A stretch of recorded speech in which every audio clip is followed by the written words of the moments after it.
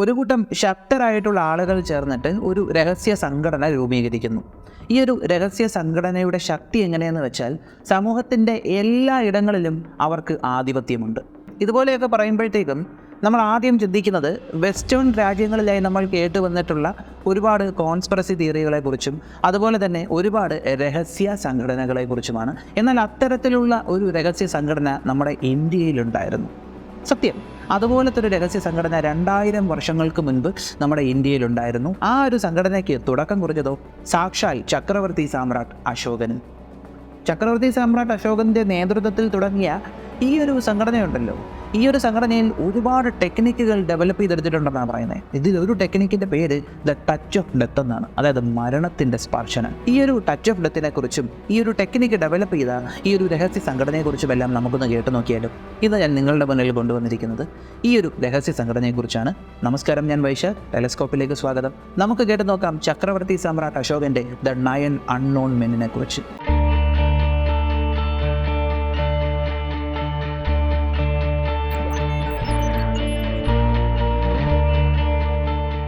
Indian ചരിത്രം എടുത്ത് നോക്കുകയാണെങ്കിൽ ആ ഒരു ചരിത്രത്തിലെ തന്നെ ഏറ്റവും ശക്തമായിട്ടുള്ള സാമ്രാജ്യമാണ് ഈ ഒരു മൗര്യ സാമ്രാജ്യം. മൗര്യ സാമ്രാജ്യം അതിൻ്റെ ഏറ്റവും ടിപ്പ് ഓഫ് എക്സലൻസ് അല്ലെങ്കിൽ സക്സസിൻ്റെ എല്ലാം പിന്നക്കിളിൽ നിന്നിരുന്നത് ചക്രവർത്തി സാമ്രാട്ട് അശോകൻ്റെ കീഴിലുമായിരുന്നു.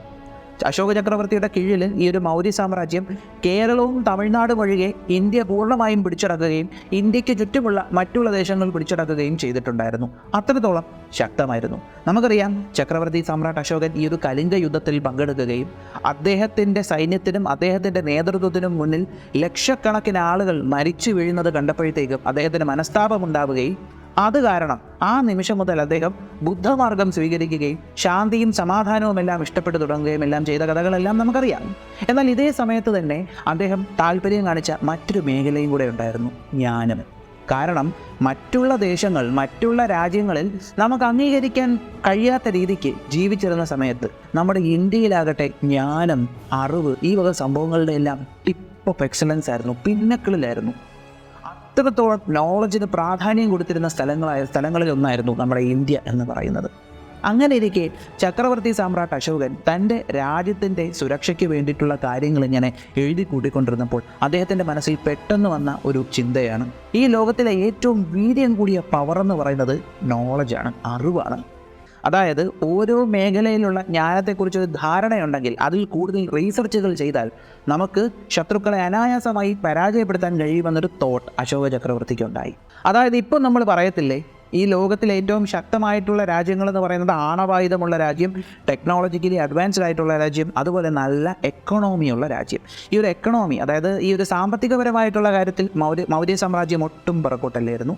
കാരണം ആ കാലഘട്ടത്തിലൊക്കെ ഉണ്ടായിരുന്ന സാമ്രാജ്യങ്ങളിലേക്ക് വെച്ച് ഏറ്റവും ധനികരായിട്ടുള്ള, അതായത് ഏറ്റവും റിച്ച് ആയിട്ടുള്ള സാമ്രാജ്യങ്ങളിൽ ഒന്ന് തന്നെയായിരുന്നു മൗര്യ സാമ്രാജ്യം. അത്രത്തോളം വലുതായിരുന്നു.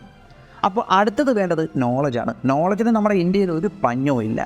അപ്പോൾ ഇദ്ദേഹം ചിന്തിച്ച മറ്റൊരു കാര്യം, നോളജിനൊരു നല്ല വശമുണ്ടെങ്കിൽ, അതായത് അറിവിന്, ഓരോ മേഖലയിലുള്ള ജ്ഞാനത്തിന് ഒരു നല്ല വശമുണ്ടെങ്കിൽ, അതായത് നോളജിനെ നമ്മൾ പ്രോപ്പറായിട്ട് നിയന്ത്രിച്ചില്ല എങ്കിൽ ആ നോളജ് മറ്റുള്ള ആളുകളിലേക്ക് എത്തിയാൽ അത് ലോകത്തിന് തന്നെ നാശമാകാൻ സാധ്യതയുണ്ട് എന്ന് അശോക ചക്രവർത്തി മനസ്സിലാക്കി. അങ്ങനെ അശോക ചക്രവർത്തി എന്ത് ചെയ്തെന്നറിയോ, ആ കാലഘട്ടത്തിലെല്ലാം വളരെ പ്രാധാന്യമുണ്ടായിരുന്ന 9 മേഖലകൾ അദ്ദേഹം തിരഞ്ഞെടുത്തു. ആ 9 മേഖലകളിലെ പണ്ഡിതന്മാരെന്ന് പറയുമ്പോൾ ഈ ഒരു കാലഘട്ടത്തിൽ വെച്ച് പറയുകയാണെങ്കിൽ ഈ ഒരു PhD, പോസ്റ്റ് ഡോക്ടറൽ ഫെല്ലോ, ഭയങ്കരമായിട്ടുള്ള ഒരു വലിയ സയൻറ്റിസ്റ്റ് എന്നൊക്കെ പറയൂലേ, അതുപോലെ ആ ഓരോ മേഖലകളിലെയും ടോപ്പ് സയൻറ്റിസ്റ്റുകളെ അദ്ദേഹം തിരഞ്ഞുപിടിച്ച് തൻ്റെ അടുത്തേക്ക് കൊണ്ടുവന്നു. എന്നിട്ട് ഒരുപാട് മീറ്റിങ്ങുകൾ കണ്ടക്ട് ചെയ്തിട്ട് ഇവർ 10 പേരും, അതായത് ഈ ഒരു 9 പണ്ഡിതന്മാരും അശോക ചക്രവർത്തിയും കൂടെ ചേർന്ന് തീരുമാനിക്കുകയാണ് നമുക്കൊരു രഹസ്യ സംഘടന രൂപീകരിക്കുക. ഈ ഒരു രഹസ്യ സംഘടനയുടെ ഉദ്ദേശമെന്ന് പറയുന്നത് ജ്ഞാനം, ഈ ഒരു നോളജ് എന്ന് പറയുന്ന സംഭവത്തെ ഏറ്റവും നല്ല രീതിക്ക് ഉപയോഗപ്പെടുത്തുക, നോളജിൽ കൂടുതൽ റീസർച്ച് ചെയ്യുക. മറ്റുള്ള ആളുകൾ നടത്താത്ത മേഖലകളിലെല്ലാം നമ്മൾ റീസർച്ച് നടത്തി അതിലെല്ലാം ചുരുക്കി പറയുകയാണെങ്കിൽ ടെക്നോളജിക്കലി അഡ്വാൻസ്ഡ് ആവുക എന്നൊക്കെ പറയില്ലേ, അതുപോലെ സയൻറ്റിഫിക്കലി അഡ്വാൻസ്ഡ് ആവുക. ഈ സംഭവത്തിലെല്ലാം ഒരുപാട് കാര്യങ്ങൾ ഡെവലപ്പ് ചെയ്തെടുക്കുകയും ഈ ഡെവലപ്പ് ചെയ്തെടുക്കുന്ന കാര്യങ്ങൾ അതീവ രഹസ്യമായി സൂക്ഷിക്കണമെന്നും അശോക ചക്രവർത്തി ഈ 9 പണ്ഡിതന്മാരും കൂടെ തീരുമാനിക്കുകയാണ്. അപ്പോൾ പണ്ഡിതന്മാരിൽ ഒരാളെങ്കിലും ഈ ചോദ്യം ഒരുപക്ഷെ അശോക ചക്രവർത്തിയോട് ചോദിച്ചിട്ടുണ്ടാകും. ഇത്രയും നല്ല ജ്ഞാനം നമ്മൾ ഡെവലപ്പ് ചെയ്തെടുക്കുകയാണെങ്കിൽ അത് എന്തുകൊണ്ട് ലോകത്തിന് കൊടുത്തുകൂടാ? അപ്പോൾ അശോക ചക്രവർത്തിയുടെ ഐഡിയ ഇങ്ങനെയായിരുന്നു, ഇത്രയും ടെക്നോളജിക്കലി അഡ്വാൻസ്ഡ് ആയിട്ടുള്ളൊരു കാര്യം നമ്മൾ ഡെവലപ്പ് ചെയ്തെടുത്താൽ അത് എല്ലാവരുടെ കയ്യിൽ നമ്മൾ എത്തിക്കുകയാണെങ്കിൽ അത് ക്രൂരന്മാരുടെ കൈകളിലേക്കും എത്തും. ഈ ക്രൂരന്മാരുടെ കൈകളിലേക്ക് ഇതെത്തിയാൽ അത് ഉറപ്പായിട്ടും ലോകാധിപത്യത്തിന് വേണ്ടിയിട്ടും ജനങ്ങളുടെ നാശത്തിന് വേണ്ടിയിട്ടുമൊക്കെ മാത്രമേ അവർ ഉപയോഗിക്കുകയുള്ളൂ. അതുകൊണ്ട് ഏറ്റവും സേഫായിട്ട് ഇത് സൂക്ഷിക്കുക എന്നുള്ള ദൗത്യം നിങ്ങൾക്കാണ്. എന്നെക്കാട്ടിയും ഈ ഒരു ജ്ഞാനത്തിൻ്റെ അധികാരം നിങ്ങൾക്കായിരിക്കണം എന്നുള്ള രീതിക്കാണ് അദ്ദേഹം തുടക്കമിട്ടത്. സിമ്പിളായിട്ട് പറയുകയാണെങ്കിൽ ന്യൂക്ലിയർ ബോംബ് കണ്ടുപിടിക്കുന്ന ടെക്നിക്ക് ഓപ്പൻഹൈമർ ഡെവലപ്പ് ചെയ്തെടുത്തു. ഈ ന്യൂക്ലിയർ ബോംബ് നമുക്ക് എല്ലാവരുടെ കയ്യിലും കൊണ്ട് കൊടുക്കാൻ പറ്റുമോ? ഇല്ല. അതായത് ഒരു ദീപാവലിക്ക് പടക്കം പൊട്ടിച്ചുകൊണ്ടിരിക്കുന്ന ഒരുത്തൻ്റെ കയ്യിൽ ഇന്ന ന്യൂക്ലിയർ ബോംബ് എന്ന് പറഞ്ഞുകൊണ്ട് കൊടുക്കാൻ പറ്റുമോ? ഇല്ല. അപ്പോൾ അത് വളരെ രഹസ്യ സ്വഭാവത്തിൽ നമ്മൾ ഹാൻഡിൽ ചെയ്യേണ്ട കാര്യമാണ്. അപ്പോൾ ഇതേ ഐഡിയ തന്നെയായിരുന്നു അശോക ചക്രവർത്തിക്ക് നൂറ്റാണ്ടുകൾക്ക് മുൻപ് ഉണ്ടായിരുന്നത്. അപ്പോൾ അങ്ങനെ ഇവരൊരു സംഘടന രൂപീകരിച്ചു. അങ്ങനെ ഇവർ ഒരുപാട് നോളജ് ഇങ്ങനെ ഡെവലപ്പ് ചെയ്തുകൊണ്ടിരുന്നു. അപ്പോൾ അങ്ങനെ ഡെവലപ്പ് ചെയ്തെടുത്ത നോളജുകളിൽ ഒരെണ്ണമായിരുന്നു ഈ ഒരു ടച്ച് ഓഫ് ഡെത്ത് എന്ന് പറയുന്നത്. ടച്ച് ഓഫ് ഡെത്ത് എന്ന് പറയുമ്പോൾ ഒരാളെ ഒരു പ്രത്യേക രീതിക്ക് നമ്മൾ സ്പർശിക്കുകയാണെങ്കിൽ അല്ലെങ്കിൽ പ്രഹരിക്കുകയാണെങ്കിൽ ഒറ്റ സ്പർശനം കൊണ്ട് അയാളെ കൊല്ലാൻ കഴിയും. അത്രത്തോളം മർമ്മം മനസ്സിലാക്കുന്ന രീതിയിലുള്ള ഒരു പ്രഹരം അവർ കണ്ടുപിടിച്ചെടുത്തു, ടച്ച് ഓഫ് ഡെത്ത്. ഈ ഒരു ടച്ച് ഓഫ് ഡെത്ത് അടങ്ങുന്ന പുസ്തകം, ആ പുസ്തകത്തിൽ നിന്ന് പുറത്തുപോയ നോളജിൽ നിന്നാണ് ഇപ്പോഴുള്ള അടിത്തട വിദ്യയായിട്ടുള്ള ആ ജൂഡോയ്ക്ക് ആധാരമായതെന്ന് പറയപ്പെടുന്നുണ്ട്. അപ്പോൾ ഈ ഒരു 9 മേഖലകളിലെ പണ്ഡിതന്മാരെന്ന് പറഞ്ഞല്ലോ, ഇനി നമുക്ക് ആ 9 മേഖലകൾ ഏതൊക്കെയാണെന്ന് പറയാം. Physiology, communication, gravity, cosmology, microbiology, light, sociology, alchemy, propaganda എന്നീ 9 മേഖലകളിലെ പ്രഗത്ഭന്മാരെയായിരുന്നു, അതായത് പണ്ഡിതന്മാരെയായിരുന്നു ചക്രവർത്തി അശോക സാമ്രാട്ട് ഈ ഒരു 9 അൺനോൺ മെൻ എന്ന് പറയുന്ന സംഘടനയിലേക്ക് ക്ഷണിച്ചത്. അപ്പോൾ ഇവിടെ ഒരുപാട് കാര്യങ്ങൾ ഡെവലപ്പ് ചെയ്തെന്നൊക്കെ പറയുന്നു. ഇതൊക്കെ എവിടെ നിന്നാണ്? ഇതൊക്കെ ആര് പറഞ്ഞു? ഇതെല്ലാം ആദ്യം ഇങ്ങനൊരു സംഭവം, ഇങ്ങനൊരു കാര്യം ഇന്ത്യയിലുണ്ട് എന്നിങ്ങനെ പറഞ്ഞായിരുന്നു. അപ്പോൾ ഇതിനെക്കുറിച്ച് ഒരുപാട് താല്പര്യം തോന്നിയിട്ട് ഒരാൾ ഇതിനെക്കുറിച്ച് റിസർച്ച് ചെയ്യാനായിട്ട് ഇറങ്ങി. 1923 ടാൽബറ്റ് മണ്ടി എന്ന് പറയുന്ന ഒരു ഇംഗ്ലീഷ് എഴുത്തുകാരനാണ് ഈ കഥകളെല്ലാം കേട്ട് ഇത്രയും ഇൻസ്പയർഡ് ആയിട്ട് ഇതിനെക്കുറിച്ച് റിസർച്ച് ചെയ്തത്. വർഷങ്ങൾ അദ്ദേഹം റീസർച്ച് ചെയ്തെന്നാണ് പറഞ്ഞത്. റീസർച്ച് ചെയ്ത് അവസാനം അശോക ചക്രവർത്തി തന്നെ എഴുതിയ ട്രാൻസ്ക്രിപ്റ്റുകളിൽ നിന്നാണ് ഇദ്ദേഹം ഇതിനെക്കുറിച്ചെല്ലാം കൂടുതൽ പഠിച്ചെടുത്തതും ദ 9 അൺനോൺ മെൻ എന്ന് പറയുന്ന ഒരു പുസ്തകം എഴുതിയത്. അപ്പോൾ ഇദ്ദേഹത്തിൻ്റെ റീസർച്ചുകൾ പ്രകാരം, അശോക ചക്രവർത്തിയുടെ ട്രാൻസ്ക്രിപ്റ്റുകൾ പ്രകാരം ഈ ഒരു ഓരോ മേഖലകളെക്കുറിച്ചും നമുക്ക് പറയാം. അതായത് എന്തിനിത് എടുത്തു എന്നുള്ളതിൻ്റെ കാരണവും കൂടെ നമുക്ക് പറയാം. ആദ്യമായി ഫിസിയോളജിയുടെ അർത്ഥം എന്താണെന്ന് നമ്മൾ നോക്കിയാൽ തന്നെ ആദ്യം കാണുന്നത് ഇങ്ങനെയാണ്: സയൻസ് ഓഫ് ലൈഫ്. ജീവൻ്റെ ശാസ്ത്രമാണ് ഫിസിയോളജി എന്ന് പറയുന്നത്. ഈ ഒരു സയൻസ് ഓഫ് ലൈഫ് ഉണ്ടല്ലോ, ഈ ഒരു സയൻസ് ഓഫ് ലൈഫിന് കീഴിൽ ഇവർ റീസർച്ച് ചെയ്തത് മെയിനായിട്ട് മനുഷ്യ ശരീരം എങ്ങനെ പ്രവർത്തിക്കുന്നു, മൃഗങ്ങൾ എങ്ങനെ പ്രവർത്തിക്കുന്നു എന്നുള്ളതാണ്. മർമ്മഭാഗങ്ങൾ മനസ്സിലാക്കുക, പ്രതിയോഗിയെ എങ്ങനെ ഉന്മൂലനം ചെയ്യാൻ പറ്റും, ഒരു മനുഷ്യൻ്റെ ഘടന എങ്ങനെയാണെന്ന് മനസ്സിലാക്കിയാൽ അതിന് ചികിത്സയും കാര്യങ്ങളും എല്ലാം കൊടുക്കാമല്ലോ. ഇങ്ങനത്തെ കൺസെപ്റ്റിലായിരുന്നു ഫിസിയോളജിയിൽ ഇവർ റീസർച്ച് ചെയ്തത്. ഈ ഫിസിയോളജി ഡെവലപ്പ് ചെയ്തെടുത്തതാണ് ഈ ഒരു ടച്ച് ഓഫ് ഡെത്ത് എന്ന് പറയുന്നത്. അടുത്തത് കമ്മ്യൂണിക്കേഷൻ എന്ന് പറയുന്നത് എത്രത്തോളം പ്രാധാന്യമുള്ളതാണെന്നറിയാലോ. ഒരു ചെറിയ സംഘടനയുടെ ആണെങ്കിലും ഒരു കമ്പനിയുടേതാണെങ്കിലും അല്ലെങ്കിൽ ഒരു രാജ്യത്തിൻ്റെ തന്നെയാണെങ്കിലും പ്രോപ്പറായിട്ടുള്ള നടത്തിപ്പിന് ഒരുപാട് ആവശ്യമുള്ളൊരു കാര്യമായിരുന്നു ഈ ഒരു കമ്മ്യൂണിക്കേഷൻ എന്ന് പറയുന്നത്. അടുത്തത് ഗ്രാവിറ്റി എന്ന് പറയുമ്പോൾ ഇന്ന് നമ്മൾ വളരെ ഡീറ്റെയിൽ ആയിട്ട് പഠിച്ചതുപോലെയൊന്നുമല്ല. അന്നെന്ന് പറയുമ്പോൾ ഈ ഒരു ഗ്രാവിറ്റി, ഗുരുത്വാകർഷണം എന്ന് പറയുന്ന സംഭവത്തെ ഭയങ്കരമായിട്ടാണ് നോക്കിക്കണ്ടിരുന്നത്. ഇപ്പോൾ നമ്മുടെ വേദപുസ്തകങ്ങളിലൊക്കെ വരുമ്പോഴത്തേക്കും വിമാനങ്ങളെക്കുറിച്ച് പറയുന്നുണ്ടല്ലോ.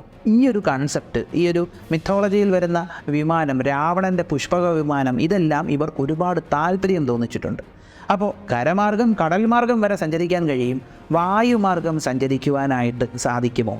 ശുദ്ധമായിട്ട് പറയുകയാണെങ്കിൽ വിമാനങ്ങൾ, പ്ലെയിനുകളെക്കുറിച്ചുള്ള പഠനം, അതായത് ആകാശത്തിലൂടെ സഞ്ചരിക്കാനുള്ള വാഹനങ്ങൾ നിർമ്മിക്കുന്നതിനെക്കുറിച്ചുള്ള പഠനങ്ങളും അതിനെക്കുറിച്ചുള്ള റീസർച്ചും കാര്യങ്ങളുമായിരുന്നു ഈ ഒരു ഗ്രാവിറ്റി എന്ന് പറയുന്ന അല്ലെങ്കിൽ ഗുരുത്വാകർഷണം എന്ന് പറയുന്ന സെക്ഷനിൽ ഇവർ ചെയ്തിരുന്നത്. അടുത്തത് മൈക്രോബയോളജിയും ബയോടെക്നോളജിയും എന്താണെന്ന് പറഞ്ഞു തരേണ്ട കാര്യമില്ല. ഈ ഒരു മൈക്രോ ഓർഗാനിസംസ് ഉണ്ടല്ലോ, കീടാണുക്കളുടെ ലോകം ഉണ്ടല്ലോ, അതിനെക്കുറിച്ചുള്ള പഠനം തന്നെയാണ്. എന്നാൽ ഏറ്റവും കൂടുതൽ അത്ഭുതപ്പെടുത്തുന്നത് കാലങ്ങൾക്ക് മുൻപ് അവരെല്ലാം മൈക്രോബയോളജി എന്ന് പറയുന്നൊരു മേഖലയെക്കുറിച്ച് ചിന്തിച്ചു എന്നുള്ളതാണ്. അടുത്തതെന്ന് പറയുമ്പോഴത്തേക്കും പ്രൊപ്പഗാൻഡ എന്ന് പറയുമ്പോൾ അവിടെ വരുന്നതെന്ന് പറയുന്നത് ഒന്ന് പ്രചാരണം, അതായത് സാമ്രാജ്യത്തിൻ്റെ നേരായ നടത്തിപ്പിന് വേണ്ടിയിട്ട് ശരിയായിട്ടുള്ള ഇൻഫർമേഷനും തെറ്റായിട്ടുള്ള ഇൻഫർമേഷനും എങ്ങനെ എഫക്റ്റീവായിട്ട് പ്രചരിപ്പിക്കാൻ കഴിയും, അതൊന്നാമത്തെ കാര്യം. രണ്ടാമത്തെ കാര്യം സൈക്കോളജിക്കൽ വാർഫെയർ, അതായത് ശത്രുവിൻ്റെ മനസ്സിൽ യുദ്ധം ചെയ്യുക, ശത്രുവിൻ്റെ മനസ്സിൽ ഓരോ തോന്നലുകളുണ്ടാക്കി മാനസികമായി അവനെ തളർത്തുക. അതിനെക്കുറിച്ചുള്ള എല്ലാം പഠനങ്ങളായിരുന്നു ഈ ഒരു പ്രൊപ്പഗാൻഡയിൽ ഇവർ നടത്തിയിരുന്നത്. ഇപ്പോൾ ഒബ്വിയസ്ലി സൈക്കോളജിസ്റ്റുകളും മനഃശാസ്ത്ര വിദഗ്ധരുമൊക്കെ ആയിരിക്കണം ഈ ഒരു മേഖലയിൽ പ്രവർത്തിച്ചിരുന്നത്. അടുത്തത് കോസ്മോളജി എന്ന് പറയുമ്പോൾ പ്രപഞ്ചം, യൂണിവേഴ്സ്, ഭൂമി, സൗരയുധം, ഇതിനെക്കുറിച്ചുള്ള എല്ലാം പഠനങ്ങളായിരുന്നു ഈ ഒരു കോസ്മോളജിയിൽ വന്നിരുന്നത്. അടുത്തത് ആൽക്കമി എന്ന് പറയുന്ന വാക്ക് നമുക്കറിയാം. ഏതൊരു ബേസ് മെറ്റലിനെയും സ്വർണ്ണമാക്കി മാറ്റുന്ന മെഡീവൽ കെമിസ്ട്രി എന്നാണ് ആൽക്കമിയെ പറഞ്ഞിരുന്നത്. ഇവിടെ എന്ന് പറയുമ്പോൾ അത് മാത്രമല്ല, ലോഹങ്ങളെക്കുറിച്ച് പഠിക്കുന്നുണ്ടായിരുന്നു. കാരണം അന്ന് ആയുധങ്ങൾ എന്നൊക്കെ പറയുമ്പോൾ ലോഹങ്ങൾ കൊണ്ടുള്ള ആയുധങ്ങളാണല്ലോ. അപ്പോൾ ആയുധങ്ങളെക്കുറിച്ചും ലോഹങ്ങളെക്കുറിച്ചും എല്ലാം പഠിക്കുന്നുമുണ്ട്. അതിൻ്റെ കൂട്ടത്തിൽ തന്നെ കെമിസ്ട്രിയും കൂടെ ഇവർ റീസർച്ച് ചെയ്തിട്ടുണ്ടായിരുന്നു എന്നാണ് പറയുന്നത്. അടുത്തതെന്ന് പറയുന്നത് ലൈറ്റ് എന്ന് പറയുന്ന സംഭവം ഇവർ മെയിനായിട്ട് ഉപയോഗിച്ചിരുന്നത്, അല്ലെങ്കിൽ ഇതിനെക്കുറിച്ച് റീസർച്ച് നടത്തിയിരുന്നത്, രാത്രി കാലങ്ങളിൽ ലൈറ്റ് എങ്ങനെ ഉപയോഗിക്കാം, ഈ വെളിച്ചമില്ലാത്ത സ്ഥലങ്ങളിൽ എങ്ങനെ വെളിച്ചത്തെ കൊണ്ടുവരാം, അല്ലെങ്കിൽ ലൈറ്റിനെ എങ്ങനെ ഒരു ആയുധമായി ഉപയോഗിക്കാം. അപ്പോൾ അതായിരുന്നു ലൈറ്റിനെ കുറിച്ച് വന്നിരുന്നത്. അടുത്തത് സോഷ്യോളജി എന്ന് പറയുന്നത് സൊസൈറ്റി എങ്ങനെ വർക്ക് ചെയ്യും, സമൂഹം എങ്ങനെ വർക്ക് ചെയ്യും, സമൂഹത്തെക്കുറിച്ചുള്ള റീസർച്ച്, ഇതായിരുന്നു സോഷ്യോളജിയിൽ വന്നിരുന്നത്. നിങ്ങളൊന്ന് ആലോചിച്ച് നോക്കി, ഇത്ര മേഖലകളിൽ പ്രാവീണ്യമുള്ള അല്ലെങ്കിൽ ഇത്ര മേഖലകളിൽ അഡ്വാൻസ്ഡ് ആയിട്ടുള്ള ഒരു സൊസൈറ്റി അല്ലെങ്കിൽ ഒരു സാമ്രാജ്യം, ആ സാമ്രാജ്യം ഈ ലോകത്തിലെ ഏറ്റവും ശക്തമായിട്ടുള്ള സാമ്രാജ്യമാകത്തില്ലേ? ഈ ഒരു തോട്ട് അശോക ചക്രവർത്തിക്കും ഈ പണ്ഡിതന്മാർക്കും 2000 വർഷങ്ങൾക്ക് മുൻപ് തോന്നി എന്നുള്ളതാണ്. ഇതിനെക്കുറിച്ച് ഒരുപാട് ലെജൻഡുകളും അത് പ്രൂവ് ചെയ്യാനായിട്ട് ഈ റീസർച്ച് ചെയ്യുന്ന ആളുകൾ ചൂണ്ടിക്കാണിക്കുന്ന ചില പ്രൂഫുകളുമൊക്കെയുണ്ട്. ഇതൊക്കെ കേൾക്കുമ്പോഴത്തേക്ക് നമുക്കൊരു പക്ഷേ അബ്സേർഡായിട്ട് തോന്നും, നമുക്ക് വിശ്വസിക്കാൻ കഴിയത്തില്ല. അത്തരത്തിലുള്ള ചില സംഭവങ്ങളൊക്കെ ഉണ്ട്. അതുകൊണ്ട് ഒട്ടും വിശ്വസിക്കാൻ കഴിയാത്ത കാര്യങ്ങൾ മാറ്റി നിർത്തിയിട്ട് കുറച്ചൊക്കെ നമുക്ക് വിശ്വസിക്കാൻ പറ്റുന്ന ചില ലെജൻഡുകളെക്കുറിച്ച് ഞാൻ നിങ്ങളോട് പറയാം. അതിൻ്റെ ഇവർ ചൂണ്ടിക്കാണിച്ച കാരണങ്ങളും ഞാൻ പറയാം. നമ്മൾ നേരത്തെ പറഞ്ഞായിരുന്നല്ലോ, ഈ ഒരു 9 അൺനോൺ മെൻ അവർ റീസർച്ച് ചെയ്യുന്ന മേഖലകളിൽ ഒരെണ്ണമെന്ന് പറയുന്നത് മൈക്രോബയോളജി ആയിരുന്നുവെന്ന്. പണ്ട് ഈ ഒരു പ്ലേഗ് വന്ന കാലഘട്ടം ഉണ്ടായിരുന്നല്ലോ. ഈ പ്ലേഗ് വന്നപ്പോൾ ആ ഒരു പ്ലേഗിൽ നിന്ന് ഈ ലോകത്തിനെ രക്ഷിച്ചത് അലക്സാണ്ടർ യെർസിനാണ്. അദ്ദേഹമാണ് അതിനുള്ള മരുന്ന് കണ്ടുപിടിച്ചത്. അദ്ദേഹം ഡിസ്കവർ ചെയ്തതെന്ന് പറഞ്ഞാൽ അദ്ദേഹം ഡിസ്കവർ ചെയ്യുകയാണ് ചെയ്തത്. അദ്ദേഹം കൂടെ ചേർന്നാണ് ഈ ഒരു മരുന്ന് കണ്ടുപിടിച്ചത്. എന്നാൽ അധികം ആളുകൾക്ക് അറിയാത്തൊരു കാര്യം, ഇദ്ദേഹം ഇന്ത്യയിൽ മദ്രാസിലേക്ക് വന്നിട്ടുണ്ടായിരുന്നു. ഈ ഇന്ത്യയിൽ മദ്രാസിലേക്ക് വന്ന സമയം ഈ ഒരു 9 അൺനോൺ എന്ന് പറയുന്ന ഈ ഒരു സംഘടനയിലുണ്ടായിരുന്ന ആളുകളുടെ പിൻഗാമികളെ ഇദ്ദേഹം കാണുകയും ലോകത്തിലെ പ്ലേഗ് എന്ന് പറയുന്ന അസുഖം എത്രത്തോളം തീവ്രമാണെന്ന് മനസ്സിലാക്കുകയും ഇവരവരുടെ ഓലച്ചുവടുകളിൽ എഴുതി വെച്ചിരുന്ന ഈ ഒരു എന്തോ ഒരു ടെക്നിക്ക് ഇദ്ദേഹത്തിന് പറഞ്ഞു കൊടുക്കുകയും ആ ടെക്നിക്ക് വെച്ചിട്ടാണ് പിന്നീട് ഈ ഒരു മരുന്ന് കണ്ടുപിടിച്ചതെന്ന് പറയപ്പെടുന്നുണ്ട്. അതുപോലെ ഗ്രാവിറ്റിയെക്കുറിച്ച് പഠിക്കുന്ന ഒരു മേഖല ഇവർക്കുണ്ടല്ലോ. നമ്മുടെ ഇന്ത്യയിൽ വളരെ പഴക്കമുള്ള ഒരു പുസ്തകമുണ്ട്, വൈമാനിക ശാസ്ത്ര എന്ന് പറയുന്ന ഒരു പുസ്തകം എഴുതിയത് 9 അൺനോൺ മെൻ ആണെന്നാണ് പറയപ്പെടുന്നത്. അല്ലെങ്കിൽ അവർ നടത്തിയ റീസർച്ചിൽ നിന്നാണ് ഈ ഒരു വൈമാനിക ശാസ്ത്ര എന്ന് പറയുന്ന ഈ ഒരു ബുക്ക് പബ്ലിഷ് ചെയ്തേക്കുന്നത്. ഈ വൈമാനിക ശാസ്ത്ര എന്ന് പറയുന്ന പുസ്തകത്തിൽ എയർ ട്രാവൽ, സ്പേസ് ട്രാവൽ, എയ്റോഡൈനാമിക്സ് ഇതിനെക്കുറിച്ചെല്ലാം ഭയങ്കര ഡീറ്റെയിൽ ആയിട്ട് സംസ്കൃതത്തിൽ എഴുതിയിട്ടുണ്ടെന്നാണ് പറയുന്നത്. അപ്പോൾ ഇതിനെക്കുറിച്ചും ഒരുപാട് തിയറികൾ ഇവർ ഡെവലപ്പ് ചെയ്തെടുത്തിട്ടുണ്ടെന്നാണ് പറയുന്നത്. ഇതുപോലെ തന്നെ ഒരുപാട് സയൻറ്റിഫിക് എക്സ്പ്ലനേഷൻസ് ഉള്ള ഒരു ഓലച്ചുവട്, അതായത് ഒരു താളിയോല ഇവർ എഴുതിയെടുത്തിട്ടുണ്ടെന്നാണ് പറയുന്നത്.